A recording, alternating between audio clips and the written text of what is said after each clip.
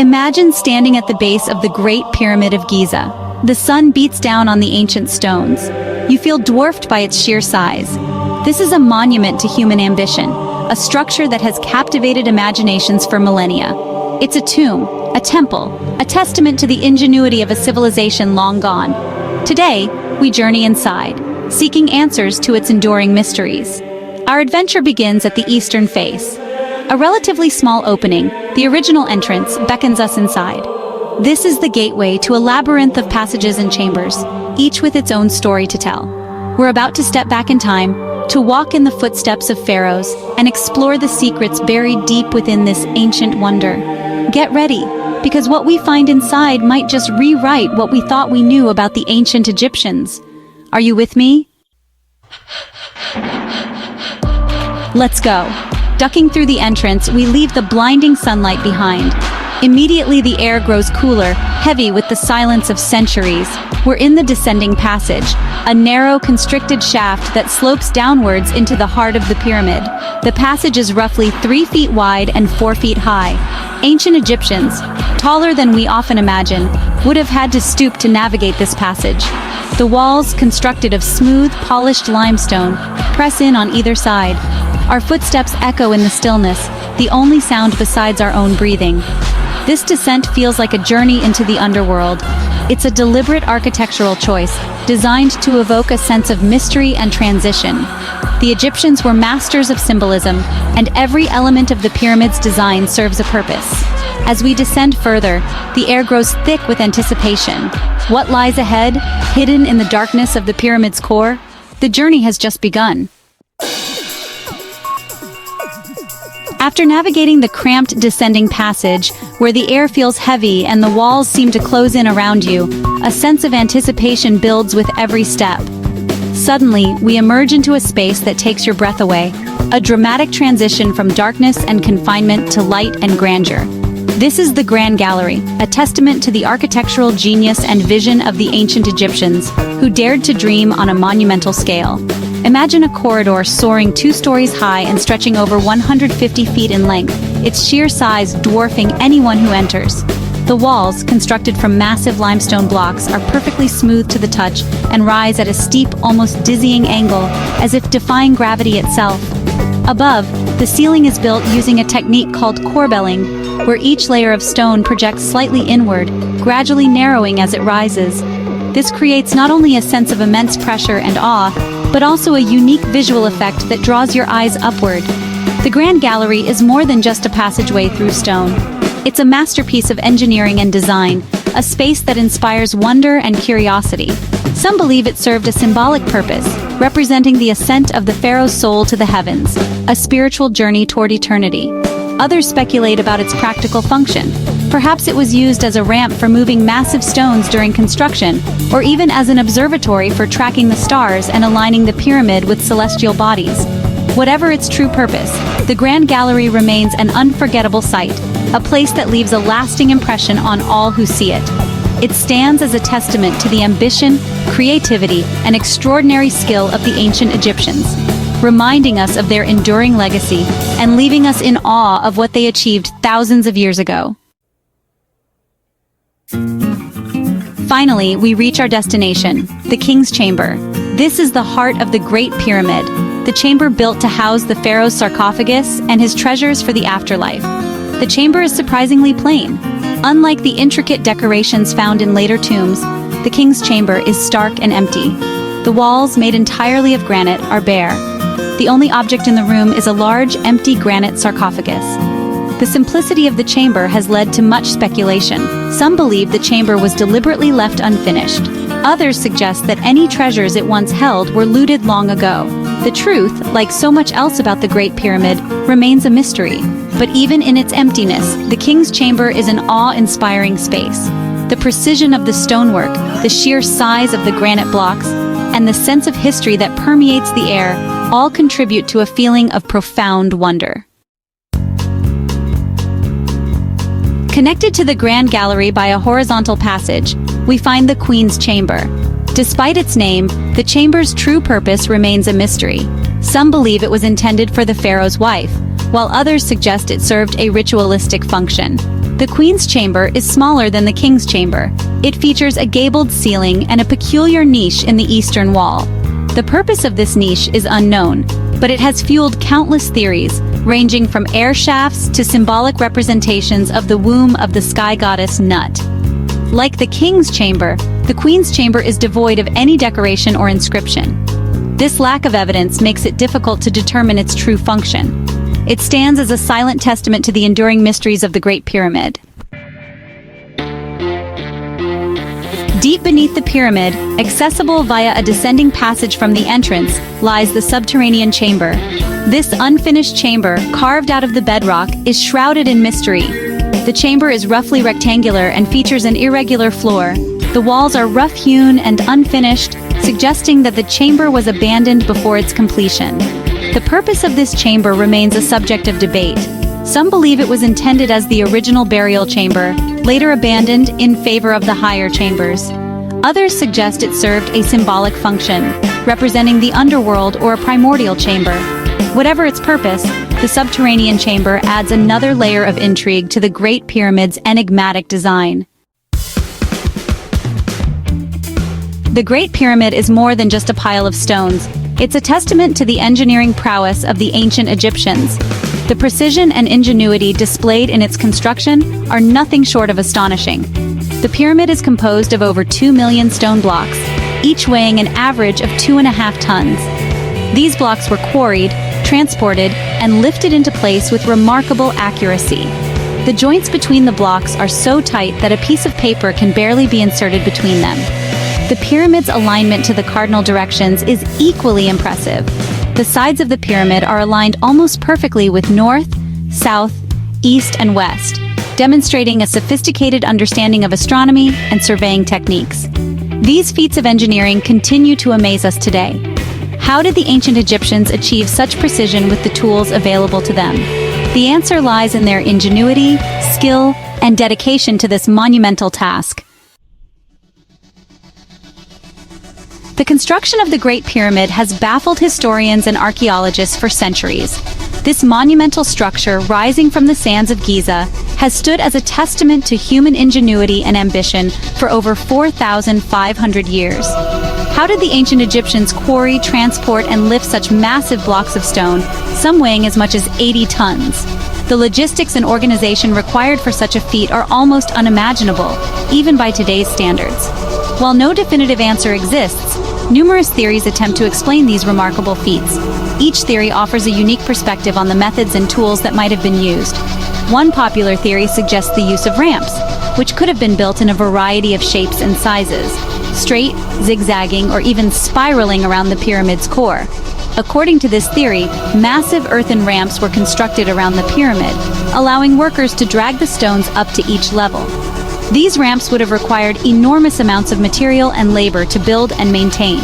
As the pyramid grew taller, the ramps were extended or reconfigured, adapting to the changing height and shape of the structure. Another theory proposes the use of levers, rollers, and sleds, simple machines that could multiply human strength and make the impossible seem possible. By combining these simple tools with the coordinated efforts of thousands of workers, the Egyptians could have moved and lifted even the largest stones with surprising efficiency. The smooth, polished surfaces of some of the internal passages lend credence to this theory, as they would have facilitated the movement of sleds and heavy blocks through the pyramid's corridors.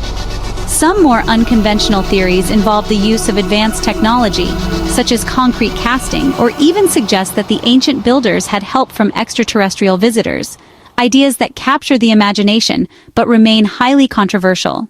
While these theories are intriguing and spark lively debate, they lack substantial evidence and are not widely accepted by mainstream scholars. The truth is that we may never know for certain how the Great Pyramid was built. Its construction remains one of history's greatest mysteries, shrouded in the sands of time. However, the ingenuity, organization, and skill of the ancient Egyptians are undeniable. Their achievements continue to inspire researchers and enthusiasts around the world. They left behind a monument that continues to inspire wonder and awe, reminding us of the boundless capabilities of human endeavor and the enduring mysteries of our past. As we emerge from the Great Pyramid, blinking in the desert sunlight, we are struck by the enormity of what we have just witnessed. The ancient stones seem to whisper secrets, their stories half told, their mysteries unresolved. We carry with us more questions than answers, our curiosity ignited rather than satisfied. The pyramid, despite centuries of study and countless theories, retains an aura of mystery that refuses to fade. Its true purpose, the ingenious methods of its construction, and the sheer scale of human effort involved, and the secrets it may still hold, hidden deep within its labyrinthine corridors, remain elusive. We may never know all the answers, and perhaps that is part of the pyramid's enduring allure. But the search for understanding is as important as the answers themselves. Each discovery leads to new questions. Each theory opens new doors. The Great Pyramid challenges us to expand our understanding of the past, to look beyond the obvious, to marvel at the ingenuity of our ancestors, and to appreciate the complexity of their achievements. It asks us to confront the limits of our own knowledge and to remain humble in the face of the unknown. The Great Pyramid is more than just a tomb, it's a time capsule, a message from a civilization that flourished thousands of years ago, echoing across the ages. It's a reminder of the enduring power of human creativity, determination, and imagination, and the mysteries that still lie hidden within our world, waiting to be uncovered by future generations. And as long as its secrets remain, as long as there are questions left to ask, the Great Pyramid will continue to beckon us, urging us to explore, to question, and to dream. It stands as an eternal invitation to marvel at the wonders of the ancient world and to seek out the unknown.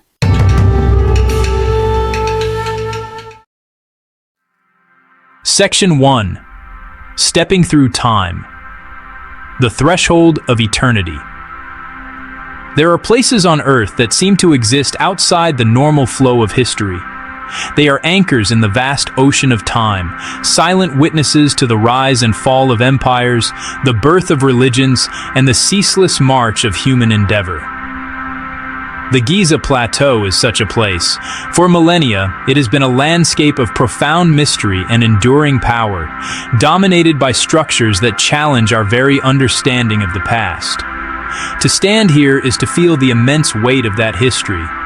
The air outside is thick with the heat of the Giza Plateau, a dry, palpable warmth that has baked these sands for countless ages.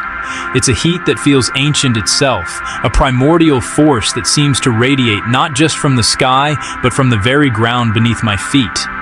You can almost taste the dust, a fine powder of limestone, sand, and time carried on the faintest breeze.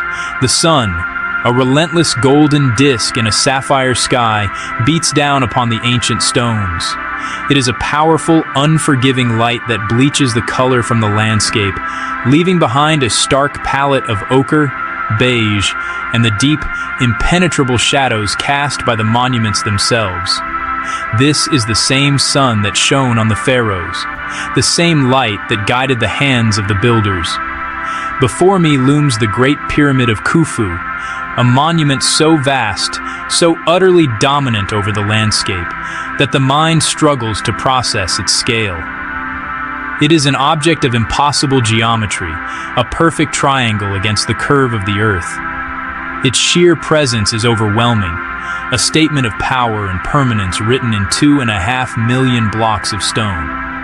It feels less like a structure built by human hands and more like a mountain that has erupted from the very earth itself, shaped by geological forces rather than mortal design. Yet we know it was built. Every single stone was quarried, transported, and set in place by people. This fact, more than any other, is what transforms it from a mere wonder of engineering into a profound testament to human will. For over 4,500 years, its silent triangular form has defied both time and understanding. It has watched civilizations crumble to dust, languages die out, and the world outside its stone shell transform beyond recognition.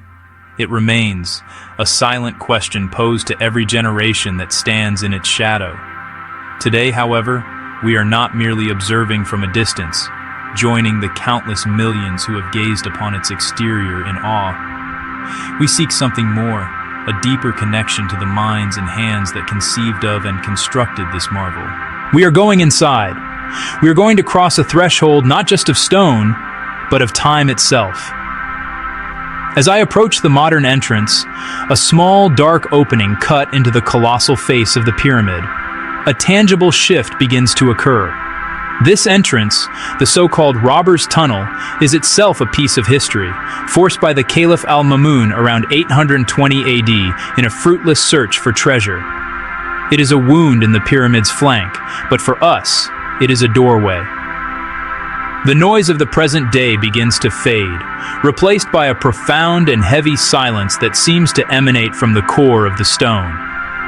The cacophony of the modern world, the distant traffic of Cairo, the chatter of visitors, the calls of vendors, is absorbed by the sheer mass of the structure. The silence that rushes in to fill the void is not empty. It is ancient, resonant, and filled with the weight of ages. With each step forward, the light of the 21st century recedes. The world outside, so bright and immediate just moments ago, shrinks to a brilliant pinprick behind me. I am being swallowed by the mountain of stone. The smooth modern floor gives way to a rough-hewn passage. The texture underfoot changes, becoming uneven, solid, and unyielding. This is the true fabric of the pyramid, the stone that has borne its own colossal weight for millennia. The air grows cooler, a sudden and welcome relief from the desert heat. It carries a scent of dust and stone, an ancient perfume that has been trapped here for millennia. It is the smell of deep earth, of geology, of eternity itself. This is the pyramid's own atmosphere, preserved and unchanging. It is in this transition, from the blinding sun to the deep-seated gloom, that something remarkable occurs. It's a psychological shift, a feeling of dislocation. The world I know, the era I inhabit, feels increasingly distant, like a memory from a different life. The faint hum of the modern world vanishes entirely. The conceptual noise of my own time, the deadlines, the notifications, the relentless pace of information, all of it dissolves. The distant sounds of Cairo are gone. The sprawling, vibrant metropolis might as well be on another planet. The murmur of tourists is silenced. The presence of other visitors, who were just steps behind me, seems to have evaporated into the shadows. I am alone, or so it seems. But the emptiness is deceptive. The silence is alive with a presence that is difficult to name. It is the echo of purpose, the lingering spirit of an immense, collective effort. And then, I see it. The passage ahead is no longer empty. The darkness is not absolute. A flickering light, the warm, dancing glow of a simple oil lamp, appears in the distance. It is a small, fragile flame against the overwhelming dark, yet it is enough to transform the space completely. It casts long, wavering shadows that seem to writhe and twist along the stone walls, giving the passage a sense of movement, of life. The cold, static geometry of the corridor is now a living, breathing entity. I have not just entered a pyramid, I have stepped through a gateway in time. The modern handrails have vanished. The electric lights are gone. The very air has changed. The year is no longer 2024. The familiar coordinates of my own existence have been stripped away. The world I know has dissolved, and I am now standing in the 4th dynasty of ancient Egypt, sometime around 2560 BC. I am an invisible observer in the age of Khufu, the god-king for whom this colossal tomb was built. The air is alive, not with the echoes of the past, but with its actual, living breath. It is thick with the smell of sweat, of burning lamp oil, and the fine, gritty dust of worked limestone. I hear the distant rhythmic chanting of workers, a sound that carries through the solid rock. It is a work song, a cadence to coordinate their immense effort, a human pulse deep within the heart of the stone. I feel the subtle vibration of immense blocks of stone being moved somewhere deep within this labyrinth. A low, grinding tremor that travels through the floor into the soles of my feet, a constant reminder of the monumental task underway. This is not a tour. This is not an exhibition viewed from behind a velvet rope. It is a journey back to the very moment of creation, to a time when this structure was not a silent tomb, but a bustling, sacred project, the single greatest undertaking on the planet. This was a city of work, a hive of activity, all focused on a single divine purpose: to build an eternal home for their king, a machine for his resurrection. This is the world of the pyramid builders, a world we often imagine through a simplified lens of brute force and endless toil. But the reality I am now witnessing is one of incredible sophistication, organization, and profound belief.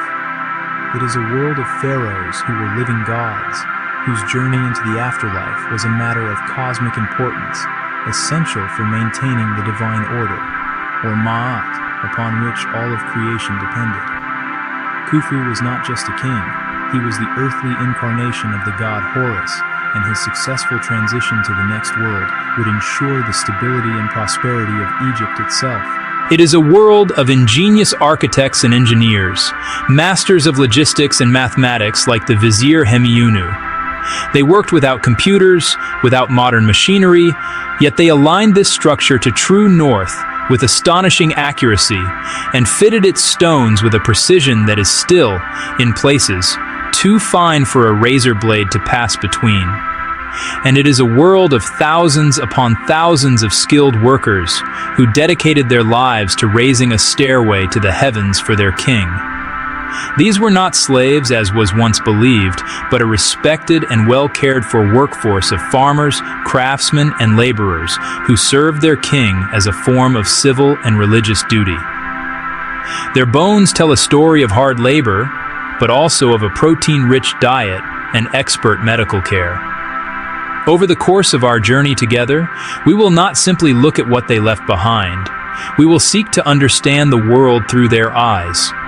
We will walk alongside them through the quarries of Tura and Aswan, onto the barges of the Nile, and up the great ramps that led to the ever-rising summit of the pyramid.